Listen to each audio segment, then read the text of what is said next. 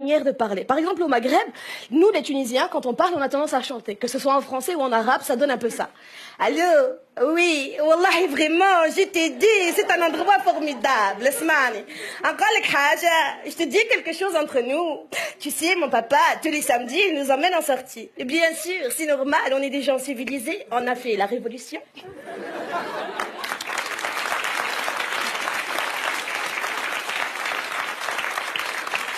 Et même nos hommes parlent comme ça. Alors essayez d'imaginer la virilité des Tunisiens. La dernière fois, il y en a un qui s'est levé et m'a dit « Quoi? Moi, je parle en chantant !»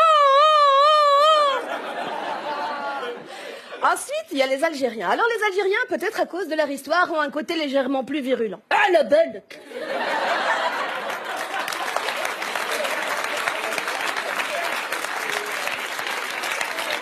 Il y a beaucoup de Tunisiens, ils viennent chez nous, en Algérie, car en Algérie, il y a tout. Il y a tout. J'ai dit oui, sauf l'eau du robinet, il n'y a pas. Tout le reste, il y a.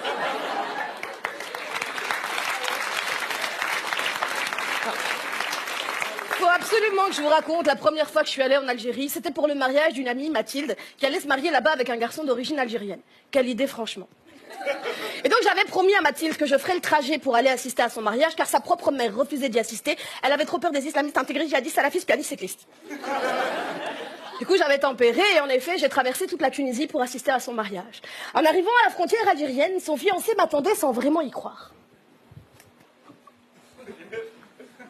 Samia, Samia, bonhomme, t'es un bonhomme. Wallah, je croyais pas t'allais le faire, t'es un bonhomme. Mais t'inquiète pas, on va te mettre bien. T'es déjà venu en Algérie? En Algérie, c'est un pays de malade, l'Algérie. Nous, on a des montagnes de fous en Algérie. Vous avez pas de montagnes en Tunisie? Si? Ouais, mais à la frontière algérienne. Bien sûr, les montagnes se sont dit, on se lève toutes pour Alger, Alger. Bref, ensuite, il y a les Marocains. Alors, t'enflamme pas. Parce qu'il est toute seule à la fin de la fête. Alors, les Marocains, quoi qu'ils te disent, on dirait qu'ils vont te frapper. Allah, français, qui veut dire littéralement, prends soin de ta tête. Moi, le premier Marocain qui m'a dit, Allah, français, que je dis toi-même, laisse-moi tranquille, arrête. Et puis, c'est pas très sympa, mais ma maman, elle m'a toujours dit, attention, les Marocains. Jamais tu fais confiance à une Marocaine, tu manges chez une Marocaine.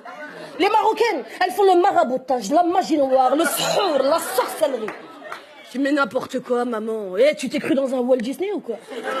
Mais tu crois que la fille, elle est dans sa cuisine en train de faire salagadou, la maticadou, la petite puta petite.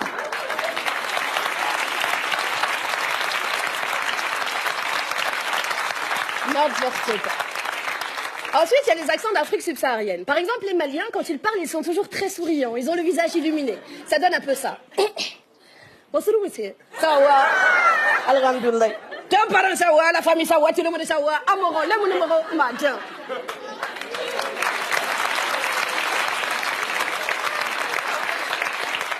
Ensuite, il y a le Cameroun. Alors les Camerounais, ils sont un peu comme nous les Tunisiens. Quand ils parlent, ils ont tendance à chanter, sauf qu'ils utilisent beaucoup de mots compliqués pour pas grand-chose. En ce qui concerne le conflit qui se sont produits à l'intérieur même de ce café. Je dis, mon frère, tu dis tout ça pour dire ça? Et pour finir, il y a mes préférées, les Ivoiriennes. Alors les Ivoiriennes, elles ont du tempérament, de la présence. La dernière fois, il y en a une, elle était en train de marcher dans la rue, et t'as un petit Parisien qui lui dit, mais avance, dépêche-toi. Je n'avance pas, il y a quoi? Je n'avance pas, tu vas faire quoi?